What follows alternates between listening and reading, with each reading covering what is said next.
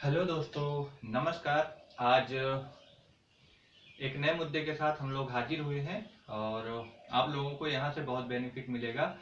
ये आपका one day exam में पक्का है कि मिलेगा ही मिलेगा यहाँ से क्वेश्चन। तो आप लोग इसको 2-3 बार देखें और इंजॉय के साथ पढ़िए। 1-2 बार वीडियो देखेंगे आपको बहुत अच्छा लगेगा, याद भी हो जाएगा, कोई दिक्कत इसमें है नहीं। तो चलिए, नाम क्या है आज जो हम पढ़ने वाले हैं? विकास दर है। किस चीज का? जीडीपी का। और जीडीपी के विकास दर से कोई ना कोई क्वेश्चन पूछ ही लेता है इधर उधर से, क्योंकि आंकड़ों का खेल है सारा कुछ इसमें। तो यहाँ से क्वेश्चन बनेगा और ये किसी न किसी एग्जाम में आएगा ही आएगा। तो चलिए यहाँ से हम शुरू करते हैं। नाम है इसका जीडीपी। क्या नाम है? जीडीपी। जीडीपी का मतलब होता है gross domestic product. Gross domestic product Hindi में इसे बोलते हैं सकल घरेलू उत्पाद। क्या बोलते हैं? सकल घरेलू उत्पाद। अंग्रेजी में क्या बोलते हैं? Gross domestic product.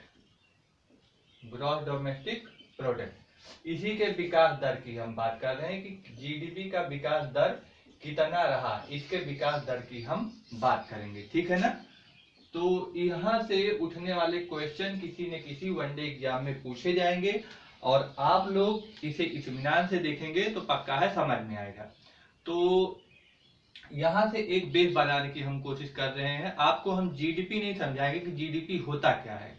अगर इसे आप डिटेल में समझना चाहते हैं तो मेरा जीडीपी का एक वीडियो बन चुका है यूट्यूब पे। आप लोग वहां पे जाके सर्च मार लीजिएगा, जीडीपी करके ही है। तो वहां पे मैं जीडीपी क्या होता है, कैसे होता है, सारा चीज है वहां पे। और पिछले आंकड़ों के बारे में बहुत सारी चीज वहां पे नई नई जानकारी मिलेगी। तो वो मैं नहीं बताऊंगा क्योंकि उसका वीडियो आपको देखना होगा, तो देख लेना। तो यहाँ पे एक बात यहाँ पे बता रहा हूँ थोड़ा सा बेस बनाने के लिए, ताकि आप लोग समझ जाएं कि एक साल की अगर हम बात करें, 1 ईयर, अभी आपको समझ में आएगा। पहले देखिए, 1 ईयर बराबर कितना होता है? 12 मंथ। 12 मंथ। 12 मंथ में जो जीडीपी का होता है, 12 मंथ में उसके 4 फाइनेंशियल ईयर बनते हैं। 12 मंथ में कितने फाइनेंशियल ईयर बनते हैं? 4 फाइनेंशियल ईयर। तो 4 फाइनेंशियल ईयर बनाने के लिए हम इसको कितने से भाग दे देते हैं? 4 से। तो कितना आ गया? 3। यानी कि एक फाइनेंशियल ईयर का टाइम पीरियड कितना होगा? 3 मंथ होगा। तो 4 फाइनेंशियल ईयर कुल होंगे एक साल में, और एक फाइनेंशियल ईयर का टाइम पीरियड या टाइम ड्यूरेशन कितना होगा? 3 मंथ का होगा। अब इसी को हम यहाँ पे समझ लेते हैं तोड़ के। मतलब ये पहला फर्स्ट फाइनेंशियल ईयर, इसे QFY लिखते हैं, पहला, यानी कि फर्स्ट फाइनेंशियल ईयर। यहाँ पे हो गया Q2FY। सेकेंडरी फाइनेंशियल ईयर ये हो गया, ये हो जाएगा Q3FY। टर्सरी फाइनेंशियल ईयर, और ये हो जाएगा हमारा Q4FY, क्वार्टरी फाइनेंशियल ईयर। अब हमने बोला कि एक साल में कुल मिला के 4 क्या बनेंगे? Financial year. देख लीजिए, 1 2 3 4 फाइनेंशियल ईयर। तो ये 3 क्या आया? प्रत्येक फाइनेंशियल ईयर 3 मंथ का होगा। 3 मंथ का ये होगा, 3 मंथ का ये होगा, 3 मंथ का ये होगा, 3 मंथ का ये होगा। क्लियर हो गया? तो इस हिसाब से हम जोड़ेंगे तो कितना हो जाएगा? 12 मंथ। अब बात आया, वो 3 मंथ कौन से होते हैं ये बताओ। तो हमारे यहाँ पे भारत में जो वित्तीय लेन देन होते हैं, सरकारी आंकड़े जो होते हैं, बैंक से संबंधित जो काम होते हैं, वो नए सिरे से शुरू माना जाता है अप्रैल से।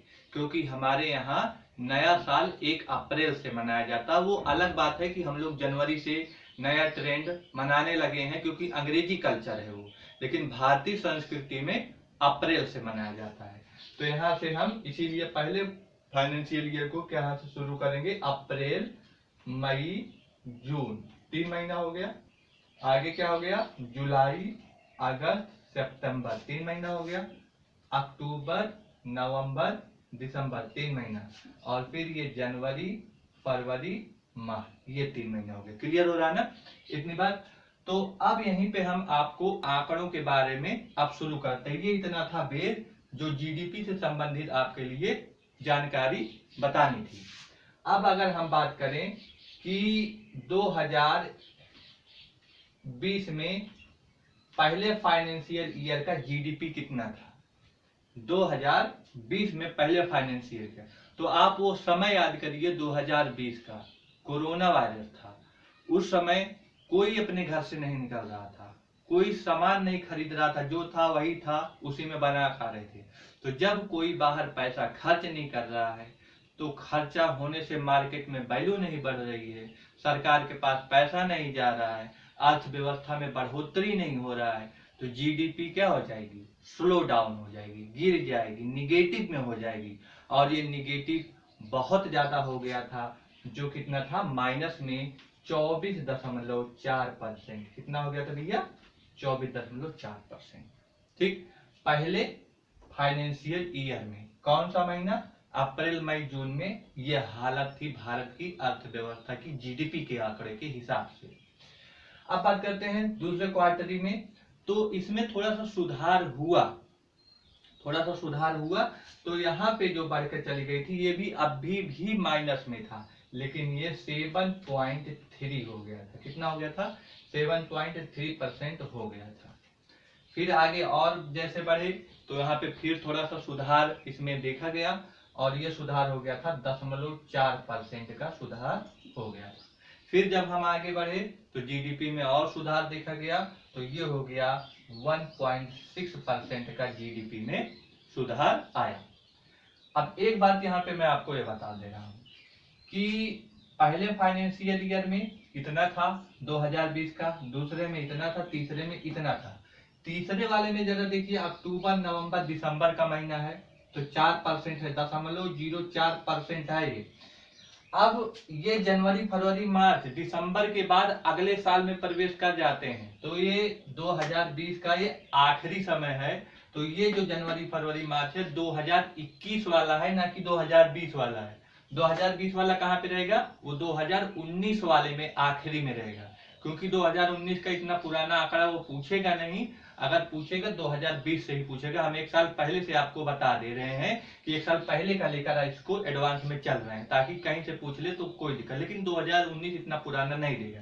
तो ये किसका है, ये 2021 का जनवरी फरवरी मार्च का है। क्लियर हो गया ना। अब यहीं पे चलते हैं 2021 के आगे की कहानी देखते हैं, 2021 में आगे क्या हुआ। तो 2021 में क्या हो रहा था, वैक्सीनेशन का प्रोग्राम बहुत तेजी से हो रहा था, लोगों को वैक्सीन लगाई जा रही थी कोरोना वायरस की, लोगों की आवाजाही भी हो गई।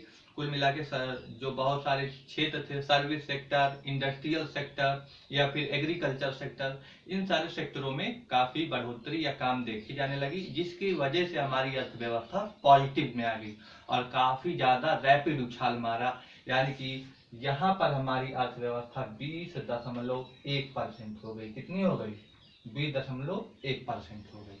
ठीक है ना। अब इसके आगे पे हम आ जाएंगे तो हमारी अर्थव्यवस्था 8.4% होगी।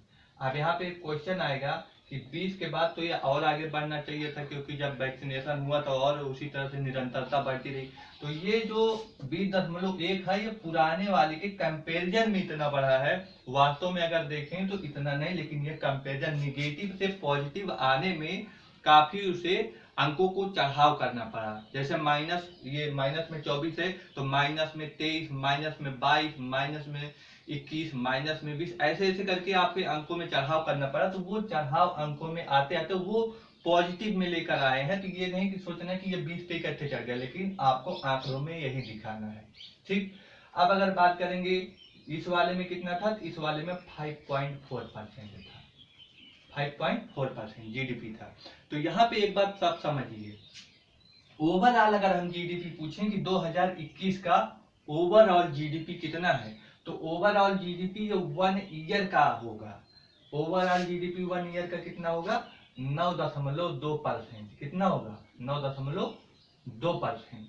लेकिन अगर ओवरऑल नहीं पूछ के आपसे पूछ लिया कि 2021 के तीसरे फाइनेंशियल ईयर में भारत का जीडीपी कितना था, तो तीसरा फाइनेंशियल ईयर ये है, किसमें पूछ रहा है, 2021 में। तो 2021 का ये वाला है, तो बोलोगे कि 5.4% था भारत का जीडीपी।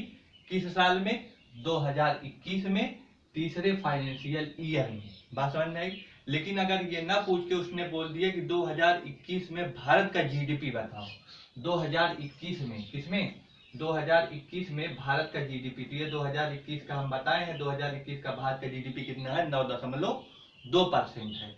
लेकिन ये अनुमान लगाया गया था कि इतना आएगा, वो अनुमान गलत हो गया। कैसे गलत हो गया कि हमारा जो ये आया है ना 5.4%, अभी 2021 का अक्टूबर, नवंबर, दिसंबर का महीना जा चुका है, यानी 2021 बीत चुका है, और 2022 के हम जनवरी फरवरी क्रॉस कर चुके हैं, मार्च में आए हैं। तो मार्च अभी पूरी तरह से हुआ नहीं, क्योंकि ये 3 महीने का आंकड़ा, जनवरी फरवरी मार्च, जब मार्च पूरा हो जाएगा उसके 10-15 दिन बाद जो आंकड़ा आएगा यहाँ पे लिखा जाएगा। तो अभी तो पूरा हुआ नहीं है मार्च, इसीलिए यहाँ पे ये वैल्यू खाली है। तो ये जो अनुमानित आंकड़ा ये अभी आया है, इसको पहले माना गया था कि ये 6.0 रहेगा। इसको माना गया था 6.0 तक हम पहुंच जाएंगे, 6.4 तक, सॉरी कितने तक, 6.4 तक पहुंच जाएंगे। लेकिन 6.4 नहीं पहुंच के हमारी कितना हो गई, 5.4 हो गई। जब इतना अनुमान लगाया गया था तब 9.2 एज्यूम किया गया था कि इतना आ सकता है। लेकिन जब ये घट गया, जब इतने से ये घट गया, इतना रियल में आया, तो इसका भी रियल वैल्यू घटा और ये आया 8.9%। तो रियल हमारा जो जीडीपी है 2021 का 8.9% आया है। अनुमानित किया गया था 9.2%, लेकिन आ गया 8.9%। तो ये बात समझ में आया। 6.4 माना गया था, लेकिन रियल में अभी आ गया है आंकड़ा, इतना आया 5.4%। तो आपसे क्वेश्चन अगर पूछ लिया, बताइए कि भारत की जीडीपी चौथे फाइनेंशियल ईयर में 2020 में कितनी थी। तो 2020 में चौथे फाइनेंशियल ईयर में कितनी थी, 1.6% थी। अगर मैं पूछ लूं भारत का जीडीपी 2021 में दूसरे फाइनेंशियल ईयर में कितनी थी, तो 2021 में दूसरे फाइनेंशियल ईयर में 8.4 थी। अगर मैं बोल दूं भारत की जीडीपी 2021 में कितनी थी, तो 2021 में भारत की जीडीपी 8.9% थी। क्या इतनी बात समझ में आई। यहाँ से आपसे बहुत सारे क्वेश्चन पूछे जा सकते हैं। तो भारत की जीडीपी को 4 हिस्सों में बांटा गया है फाइनेंशियल ईयर के टर्म में। पहला फाइनेंशियल ईयर, दूसरा फाइनेंशियल ईयर, तीसरा और चौथा। प्रत्येक फाइनेंशियल ईयर 3-3 मंथ का होता है, ये हो गया। कौन कौन से मंथ उसमें शामिल होते हैं, ये हो गया। अगर वो फाइनेंशियल ईयर से पूछ लें किसका कितना कितना जीडीपी है, तो आप ये बता दोगे। ओवरऑल जीडीपी पूछेगा तो आप ये बताओगे। क्या इतनी बात समझ में आई। अगर इतनी बात अगर आपको समझ में आ गई, तो जीडीपी का ये 2021 और 20 का मैंने सारा आंकड़ा आपको प्रस्तुत कर दिया। अब इससे संबंधित कुछ अन्य बातों को हम करते हैं। क्या कि कुछ संस्थाएं हैं, वो संस्थाएं जीडीपी भारत के संबंध में जारी की हैं। कौन कौन सी संस्थाएं, उसके बारे में। पहला है आईएमएफ। कौन सा संस्था है, आईएमएफ। तो आईएमएफ की अगर हम बात करें, तो आईएमएफ ने भारत की जीडीपी को 9% अनुमानित किया कि भारत की जीडीपी 9% रहेगी। वर्ल्ड बैंक की अगर बात करें, तो वर्ल्ड बैंक ने भारत की जीडीपी को 8.7% माना है कि इतना रहेगा। ठीक है ना।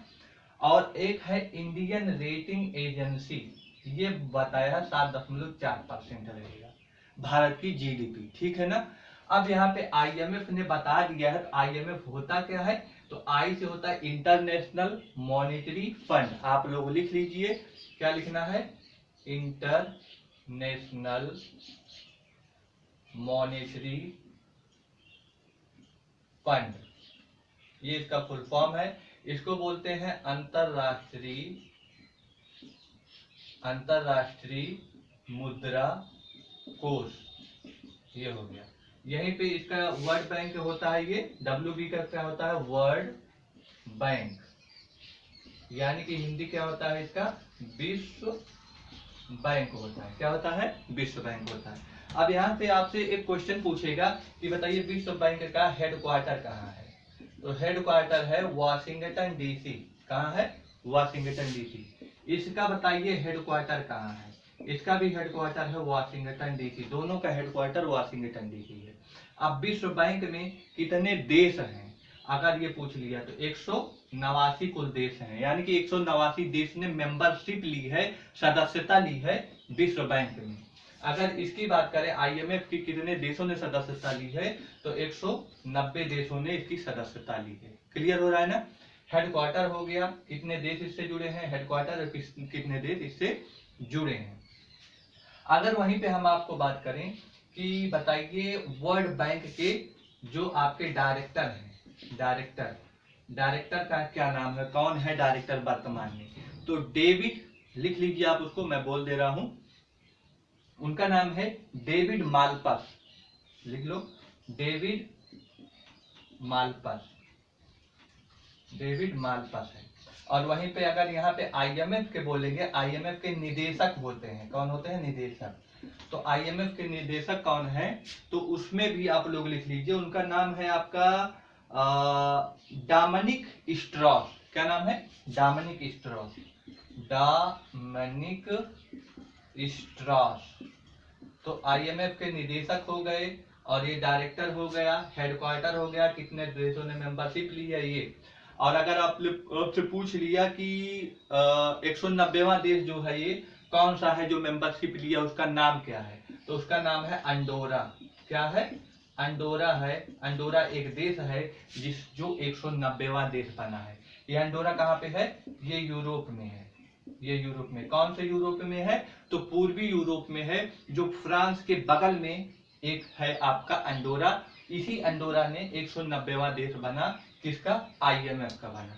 तो यहाँ से संबंधित आपको जो जानकारी थी हमने इसको बता दिया, आप लोग इसको अच्छे से नोट कर लेना, क्योंकि ये अंतरराष्ट्रीय संस्थाएं हैं जो भारत के संबंध में जो GDP है, GDP का आंकड़ा जारी करती है। अब आइए कुछ सालों को लेकर हम चर्चा कर लेते हैं, कौन कौन से साल यहाँ पे क्लियर हो जाए। तो 2019 में अगर हम चर्चा करें, 2019 से 20 में भारत की GDP कितनी थी, तो 4.2% थी। कितनी थी, 4.2%। अब वहीं पे बात करें 2020 से 2021 में भारत की GDP क्या थी, उस समय कोरोना आ गया था, इसी वजह से भारत की GDP निगेटिव में हो गई थी, और यह हो गया था माइनस में 7.3%। कितना, माइनस में हो गया था। अब यहाँ पे बात करें 2021 से 2022 में भारत की GDP कितनी, तो अभी हमने ऊपर लिखा था 9.2% बोली गई थी कि इतना होगा, लेकिन वो कमी आ गई। ये कमी कितना हुआ, कमी आके 8.9%, और ये रियल है, रियल वाला, ठीक है ना। अब आए 2022 से 2023 के बीच में जो अनुमानित किया गया है कितनी होगी, तो IMF ने कितना बताया है, IMF ने बताया है कि भारत की विकास दर 9% रहेगा। वर्ल्ड बैंक ने क्या बताया है कि भारत का विकास दर 8.7% रहेगा। कितना, 8.7%।